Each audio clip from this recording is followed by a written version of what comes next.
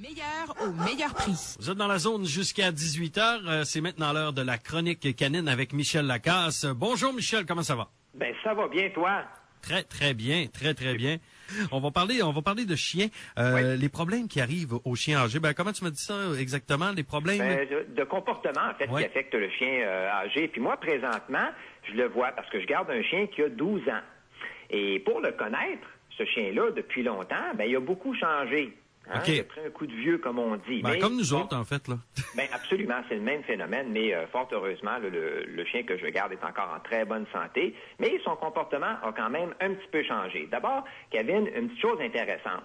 Selon une étude là, qui a été menée par le groupe Royal Canin, un groupe agroalimentaire, l'espérance de vie chez le chien et aussi le chat a augmenté d'au moins 20% depuis 10 ans. Ah, mais c'est un petit peu comme les humains que ça a augmenté un petit peu, hein? Ben oui, ce qui fait que maintenant, on est passé là de 11 ans en moyenne pour le chien et de 15 à 20 ans pour le chat. Alors, c'est une bonne nouvelle. Nos animaux restent avec nous plus longtemps, puis on peut dire un gros merci à la médecine vétérinaire, aux recherches, au progrès et à la nouvelle technologie aussi qui ont sûrement un rôle important à jouer à ce niveau-là. Ben, surtout la nourriture aussi, hein? Ben absolument. Donc, bravo pour le bon travail. La première des choses à mentionner, lorsqu'on parle de vieillissement chez le chien, c'est que la maturité intervient généralement vers 5 ans pour les grandes races, puis 8 ans pour les plus petites. À partir de là, ben il y a un vieillissement qui se fait de manière graduelle, je te dirais, avec des signes qui se voient sur le plan physique, mais aussi psychologique et comportemental. Et c'est justement de ça dont on parle aujourd'hui, psychologie et comportement. Comment ça se manifeste chez le chien plus âgé? On va remarquer, Kevin, d'abord que le chien a moins d'intérêt souvent pour tout ce qui le stimulait autrefois.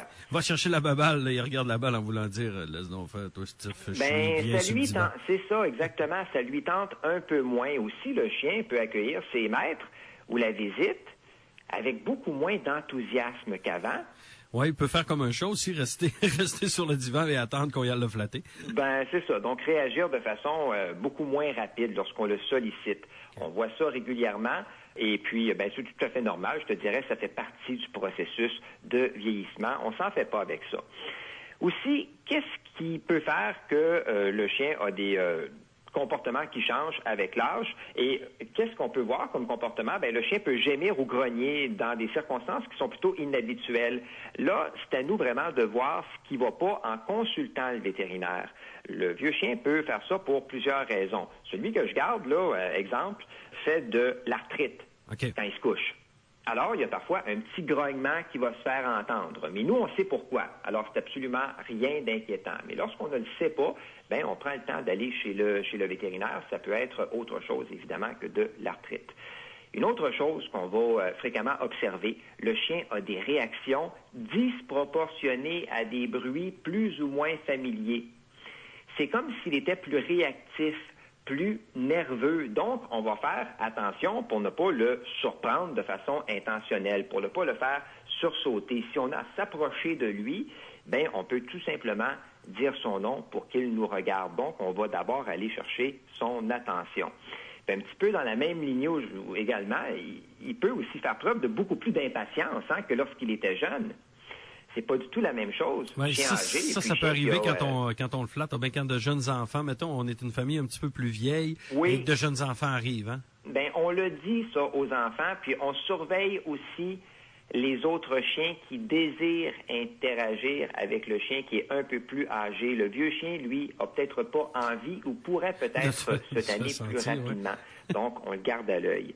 Il y a aussi les capacités cognitives dont il faut parler. Et ça, je sais que ça surprend toujours certaines personnes, mais le vieux chien peut finir par oublier certains commandements ou certains trucs qu'on lui a montrés. Et ça, ben, ça fait encore une fois partie du vieillissement. Et comme le cerveau est l'organe qui traite toute l'information, truc d'ailleurs pour aider le chien à mieux vivre son troisième âge, ben, on va respecter les visites chez le vétérinaire. Hein. Ça pourrait, évidemment, si on est chanceux, aider à dépister tôt l'apparition de maladies reliées à la vieillesse.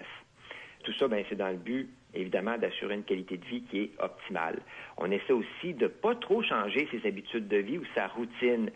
Tout simplement parce que, Kevin, la routine est rassurante, Puis, elle permet de conserver des repères qu'on appelle journaliers. C'est important parce que le contraire pourrait stresser ou carrément désorienter facilement le chien. Merci beaucoup pour ces précisions. Puis aussi, c'est très, très, très intéressant. On peut te rejoindre par Internet, Michel? Oui, en fait, les informations sont sur mon site web www.edu4pattes.ca. Évidemment, consultation téléphonique. Moi, je suis à Montréal, mais on fait aussi de la consultation téléphonique pour des gens qui n'ont pas de trop gros problèmes. Là, hein? Lorsque c'est des gros problèmes, on essaie de référer à des intervenants qui sont compétents dans le secteur de Montmagny, secteur de Québec également. Alors, on se donne rendez-vous mardi prochain en compagnie d'Antoine, je l'espère. Michel? Oui, puis sinon, ça a été un plaisir, Kevin. OK, salut. Bye-bye. Du nouveau à votre...